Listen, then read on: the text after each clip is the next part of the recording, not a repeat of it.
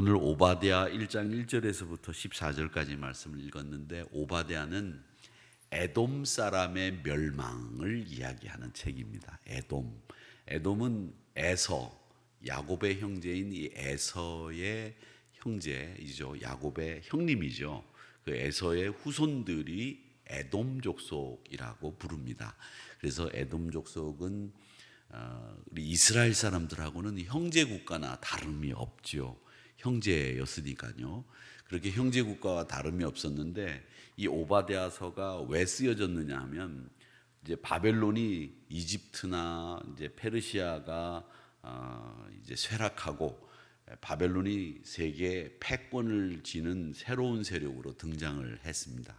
그 바벨론이 등장을 할 때 이 바벨론이 이제 주변 국가들을 이렇게 침공하는데, 이 바벨론이 유다를 침공하려고 이제 선전포고를 한 상황에서 유다와 에돔이 같이 합력을 했어요. 야, 바벨론이 쳐들어오면 우리 에돔 너하고 유다 우리하고 힘을 합해서 바벨론의 공격을 막아내자. 좋다. 그렇게 합의를 했어요. 그래서 바벨론이 쳐들어오면 에돔하고 유다가 형제 국가니까 힘을 합해서 바벨론을 물리치자. 이렇게 같이 합의를 한 거예요. 그래서 바벨론이 정말 쳐들어왔어요. 쳐들어왔는데 에돔이 그러면 유다하고 약속대로 딱 힘을 합해가지고 바벨론을 막아내야 되잖아요. 그렇죠?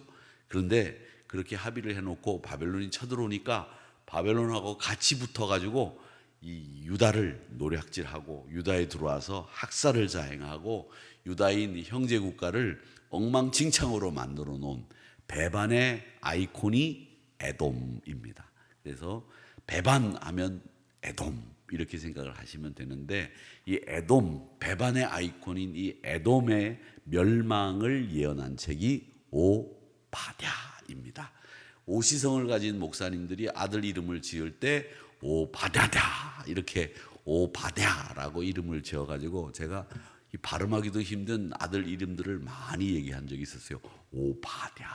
오늘 아침에는 오시성을 가지신 분이 여기 계시질 않는데, 오시성을 가지신 분들 나중에 손주가 생기면 오바댜라고 이름을 지어도 괜찮습니다.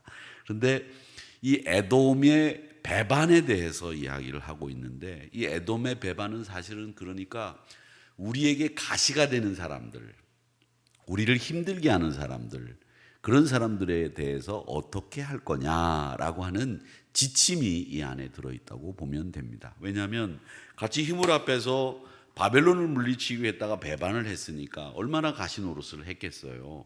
그래서 여러분 이 말씀을 볼 때는 나를 힘들게 하는 사람들, 나에게 가시 노릇하는 사람들에 대해서 어떻게 처신할 거냐, 어떻게 그 사람들을 대할 거냐라고 하는 부분에 있어서 이 오바댜서를 읽으면 됩니다. 그래서 부목사님들이 제일 많이 읽는 책이 오바댜라고도 합니다.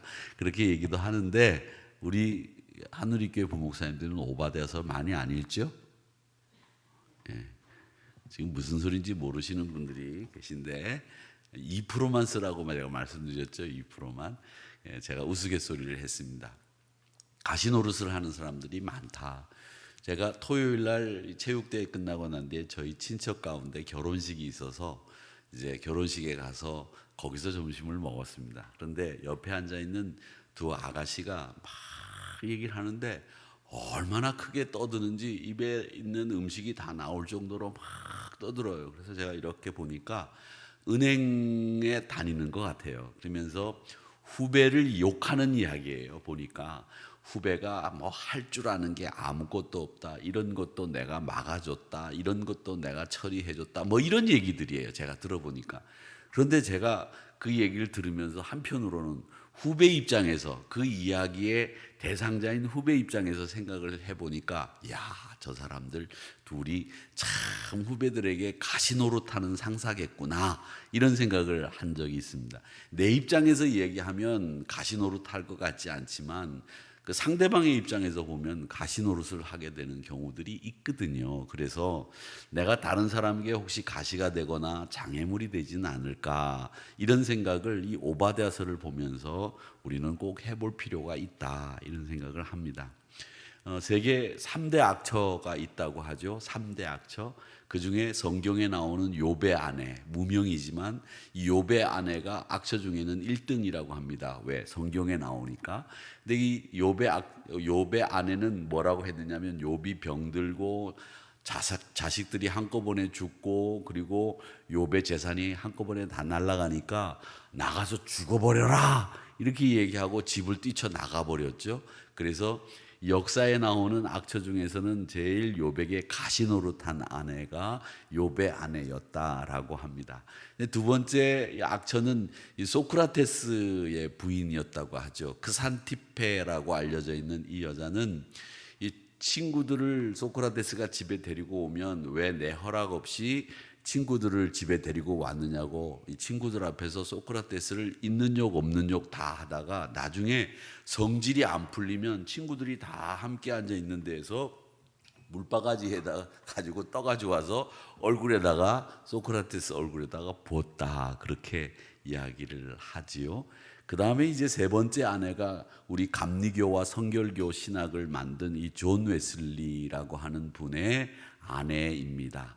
이 아내는 몰리 바제일이라고 하는 분인데 또 그 중간 이름도 있어요. 이름도 못된 아내인데 이름도 굉장히 길어요. 몰리, 그 다음에 골드호크, 그 다음에 바제일, 그 다음에 남편 이름 웨슬리까지 이렇게 있는 이름인데 굉장히 이름도 긴데 이 여자는 웨슬리가 참 그 부분에 있어서는 문제가 많았어요. 왜 그랬느냐면 웨슬리가 25살, 한 10년 주기로 3번 정도 여자가 좋아한다 그러면 그 여자한테 내가 너하고 결혼하겠다라든지 결혼 안 하겠다라든지 이런 이야기를 분명히 해줘야 되잖아요. 그런데 이 웨슬리는 그런 얘기를 안 했어요. 조지아주 선교사로 와가지고서는 여자가 좋아하는데 좋아한다는 말도 안 하고 여자 혼자 막 애타게 하다가 결혼할 것 같이 하다가 안 하고 그래가지고 이 결혼을 이 여자가 다른 남자하고 한 거예요. 그러니까 웨슬리가 그 교구 목사였는데 선교사로 가서 왜 교구 목사 노릇과 했는데 그게 조지아주였거든요. 그 여자가 다른 남자하고 결혼하니까 그 여자가 우리 교구의 결혼식장인 교회에서 못하게 쫓아냈어요. 그러는 바람에 그 여자의 오빠들이 다 세도가들인데 이 오빠들의 미움을 받아서 결국 선교를 하지 못하고 조지아주에서 돌아왔죠. 그 영국으로 돌아온 배 안에서 은혜를 받은 거예요. 그러니까 정신 차리려면 그렇게 혹독하게 당해서 정신을 차리고 은혜를 받게 됐는데 이렇게 3번이나 웨슬리가 그렇게 해요. 여자한테 제대로 결혼하겠다, 너 좋아한다, 싫어한다 이런 걸 분명하게 해야 되는데 뜨뜻미지근하게 하다가 런던 다리를 건너가다가 넘어져가지고 다리를 다쳐요. 웨슬리가 그것도 늦은 나이에 47 정도 됐을 때인데 런던 다리를 건너가다가 다리를 다쳐가지고 다리가 삐어가지고 굉장히 퉁퉁 부어서 이제 누워 있는데 그때 어떤 여자분이 이 웨슬리를 그 교구에 있는 여자분인데 아이가 4명이나 있는 여자예요. 몇 명이요? 4명이나 있는 여자인데 과부라고 하는 말은 요즘 잘 안 쓰죠. 이혼한 여자였어요. 그런 여자가 아주 극진하게 웨슬리를 간병을 해주니까 거기에 이 웨슬리의 마음이 동해서 여자인 이 자기보다 나이가 많고 아이가 4명이나 있는 몰리 골드호크 바제일이라고 하는 여자와 결혼을 합니다. 근데 결혼을 하고 난 뒤에 4년 만에 동생한테 편지를 써가지고 뭐라고 하냐면 우리의 결혼은 이미 끝났다 이렇게 얘기를 하죠. 이 여자가 얼마나 극성스러웠는지 웨슬리한테 오는 편지는 다 뜯어보고 그리고 남한테 가서 만나기만 하면 웨슬리 욕을 하는 거예요. 그렇게 하니까 웨슬리가 견디질 못해서 웨슬리가 말을 타고 25만 마일 정도 세계를 다니면서 선교했다고 하는데 이 25만 마일을 바깥으로 돌았던 이유 중에 하나는 집에만 가면 이 악처가 있으니까 그러니까 이 집에를 못 들어가고 다니면서 선교를 했다는 거죠. 그러니까 집에 들어가기 싫으니까 베트남 선교 가고 캄보디아 선교 가고 갔다는 거예요. 그렇게 다녔다는 건데 유명한 일화가 있죠. 그 교구에 있는 목사님들이 이제 시간이 돼서 웨슬리 목사님 집에 놀러를 가면 웨슬리 목사님의 머리는 항상 사모님의 소나기에 있었다. 그런데 왼쪽 손에는 이미 빠진 웨슬리의 머리털이 이만큼씩 쥐어져 있었다. 이렇게 얘기를 합니다. 제가 아침 시간에 이렇게 쓸데없이 길게 악처 이야기를 하는 이유, 여기에 대해서 말씀드리는 이유는 우리들 주변에는 항상 눈에 거슬리는 사람이 있을 수 있다라는 것을 말씀드리기 위해서 악처 이야기라든지 또 뭐 제가 들은 이야기라든지 이런 이야기를 길게 했습니다. 실제로 그렇습니다. 가족들 가운데서도 나를 힘들게 하는 사람이 있고요. 또 직장이나 또 여러분들이 가는 공동체 안에도 나를 괴롭히는 사람이 있을 수 있습니다. 요즘은 학교 폭력 문제도 그렇고 뭐 직장 내 상사의 이 괴롭힘도 있고 뭐 여러 가지 문제들이 있는데 이런 내 주변에 있는 가시노릇을 하는 존재에 대해서 내가 어떻게 행동해야 되느냐, 이건 오바댜서를 중심으로 말씀을 살펴보면 우리가 알 수 있다라고 하는 것인데, 이 오바댜서는 구약 성경에 나오는 에돔에 대한 심판을 선언하는 말씀으로 제일 짧은 책입니다. 한 장밖에 없어요. 그것도 21절까지밖에 없어서 찾기도 힘드셔서 제가 몇 번씩이나 1285면 이렇게 말씀을 드린 겁니다. 이 바벨론 편에 서서 마치 유다 편에 서서 싸울 것처럼 이야기하다가 유다를 노략한 사람으로 이 에돔이 배신의 아이콘이다 이렇게 말씀을 드렸는데, 1절에서부터 4절까지의 말씀은 교만한 배신자에 대한 이야기를 합니다. 오바댜는 하나님이 에돔을 칠 나라들을 모으시기 위해 각 나라에 전령을 보내셨다고 선언을 합니다. 1절의 말씀이 그겁니다. 곧 사자가 나라들 가운데 보내심을 받고 라고 하는 것은 에돔을 치기 위해서 전령을 보내서 이 에돔을 칠 연합군을 모았다라고 하는 겁니다. 그러면서 너희는 일어날지어다, 우리가 일어나서 그와는 에돔을 이야기하는 거죠. 에돔과 싸우자 하는 것이니라 이렇게 이야기를 하시면서 에돔을 작게 하시고 멸하겠다 이렇게 말씀하시고 있는 겁니다. 이 에돔은 수도가 세일산 근처에 있었어요. 세일산 근처에 있었고, 이 에돔이 교만하기가 그지없었던 이유 중에 하나가 해발 1700m에 이 세일산이 있기 때문에 이 수도인데다가 그 세일산은 이 수도인 곳으로 가는 그 도로가 길이 굉장히 좁았답니다. 그래서 적들이 1700m나 올라가서 그 좁은 길로 수도를 향해서 공격할 수가 없으니까 이 세일산이 천혜의 요새였어요. 그래서 이 에돔 사람들은 교만하기가 짝이 없는 거예요. 야, 우리 한번 쳐들어와 봐. 우리는 아무도 못 건드려. 이런 생각을 가지고 있었던 나라가 에돔이었다라고 하는 거죠. 그래서 여기에 자기들의 안전함과 또 자기들이 든든하다라고 하는 교만함이 있었다라고 하는 겁니다. 거기에 대해서 하나님이 뭐라고 얘기하시느냐, 2절에 보니까 너를 나라들 가운데 작게 하고 너를 멸시받게 하겠다 이렇게 이야기하면서 3절에 보면 마음의 교만이 너를 속였도다. 이 너가 에돔이죠. 바위 틈에 거주하며 높은 곳에 사는 자여. 여기도 성경에서 그렇게 얘기하죠. 1700m나 높은 곳에 바위 틈에 공격하러 가는 길이 좁기 때문에 공격하기가 힘들어 자기들은 안전하다고 생각하는 너희들, 그러나 누가 능히 나를 땅에 끌어내리겠느냐 하지만 하나님이 직접 땅에 끌어내리겠다 라고 하는 말씀을 하고 있는 겁니다. 그러니까 이 말씀을 통해서 우리는 아무리 든든한 배경이 있고 아무리 든든한 힘이 있다고 할지라도 하나님의 심판을 피할 재간은 없다라고 하는 것을 배우게 되는 거죠. 자, 그러면서 5절에서부터 10절까지는 에돔은 바벨론이 이제 유다를 침공하니까 동맹으로 유다를 돕기는커녕 바벨론과 함께 유다를 침공했습니다. 그래서 그들은 그냥 약탈하고 노략질하는데 아주 온 정신이 팔려가지고 에돔이 혹독하게 유다를 착취했습니다. 거기에 대해서 하나님이 뭐라고 말씀하시느냐면 하나도 남기지 않겠다 이렇게 이야기하는 것이 5절에 나오는 말씀입니다. 강도가 밤중에 내게 이르렀을지라도 만족할 만큼 훔치면 그치는데 나는 만족할 만큼 그치는 도둑보다도 더 많이 너희를 노략하겠다.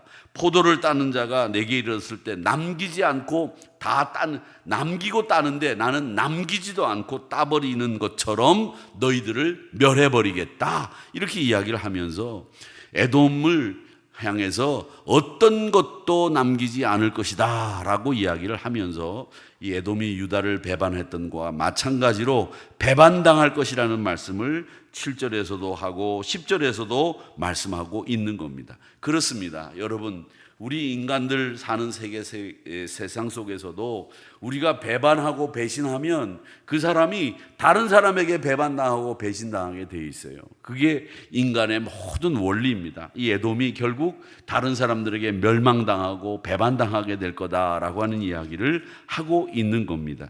그러면서 11절에서부터 14절까지의 말씀은 이 죄라고 하는 것은 반드시 드러나게 돼 있다라고 하는 것을 말씀하고 있습니다. 에돔이 어떤 죄를 저질렀는가를 적시하고 있는데, 에돔은 야곱, 이스라엘의 형 에서의 후세이기 때문에 형제 나라인데도 불구하고 바벨론을 대항하고자 약속했던 동맹국가였음에도 불구하고 에돔은 예루살렘을 약탈했습니다. 그 약탈한 내용이 11절과 12절 말씀의 그 약탈하는 내용이에요. 네가 멀리 섰던 날 곧 이방인이 그의 재물을 빼앗아가며 외국인이 그의 성문에 들어가서 예루살렘을 얻기 위하여 제비 뽑던 날에 너도 그들 중 한 사람 같았느니라 라고 하는 이 11절 말씀은 바벨론과 똑같았다 라고 하는 이야기를 하고 있는 내용입니다. 결국 신의를 저버리고 유다 사람을 노예로 팔아먹는, 재산을 빼앗는 못된 짓을 하는 사람들, 하나님이 신의를 지키지 않는 사람에 대해서는, 자기 이익만을 추구하는 사람에 대해서는 절대 용서하지 않고 반드시 심판하신다라고 하는 이야기를 하시고 있는 말씀이 이 오바댜서의 말씀입니다. 오늘 우리가 이 말씀을 보면서 우리는 또 한 가지 정리해야 될 것이 있는데, 복수나 보복이나 이런 것은 우리 사람들의 행동이 아니고 그건 하나님이 하시는 일이다라고 하는 것만큼은 우리 믿음의 사람들이 또 꼭 알고 계셔야 됩니다. 오늘 이런 모든 일들을 오바댜서가 우리에게 말씀하시는 것은, 이건 이스라엘이 복수하는 게 아니지 않습니까? 이스라엘이 보복하지 않습니다. 누가? 하나님이 심판하시고 하나님이 에돔을 그렇게 만드신다라고 하는 것을 우리에게 이야기하면서, 이 모든 것의 이 배후에는 하나님이 대신 우리를 대신해서 배반한 자들을 저주하고 용서하지 않고 심판하신다고 하는 사실을 우리에게 이야기하고 있습니다. 우리가 주님과 동행하고 성령으로 주님과 연합한 사람들이라고 말합니다. 그렇기 때문에 주님의 몸인 이 교회에 충성하고 다른 지체들과 하나 되고 다른 지체들 앞에서 우리가 신의를 지키는 일들은 꼭 믿음의 사람들이 해야 될 일이다라고 하는 것 기억하시고, 오늘 이 말씀을 생각하면서 보복이나 복수는 하나님의 손에 달려 있는 것이고, 또 혹은 내가 다른 사람에게 가시노릇을 하는 사람은 아닌가, 에돔과 같은 사람은 아닌가 생각해 보는 시간을 갖기를 원하고, 또 하나는 우리가 하나님 앞에서 늘 충성하고 또 성실하게 이 믿음의 사람들과 지체들과 하나 되기를 위해서 애쓰는 모습이 꼭 필요하다라고 하는 거 기억하시면서, 여러분 남전도회나 여전도회나 우리가 구역이나 또 혹은 어떤 모임이든지 간에 그 모임 안에서 믿음의 사람들끼리는 지체가 하나 되는 이런 일에 늘 관심 가지시고 늘 거기에 마음을 두는 자세가 필요하다 하는 거죠. 여러분의 능력이 아무리 뛰어나도 하나 되어서 함께 일하지 않으면 그 일은 하나님이 별로 기뻐하시지 않으십니다. 그러니까 항상 하나 되기를, 그리고 항상 내가 다른 사람들에게 어떤 존재인가를 생각해 볼 수 있는 이런 자세로 신앙생활을 하면서 이 오바댜서가 주는 교훈을 잘 가슴에 또 되새기고 심어내는 시간들이 되시기를 주님의 이름으로 축복합니다.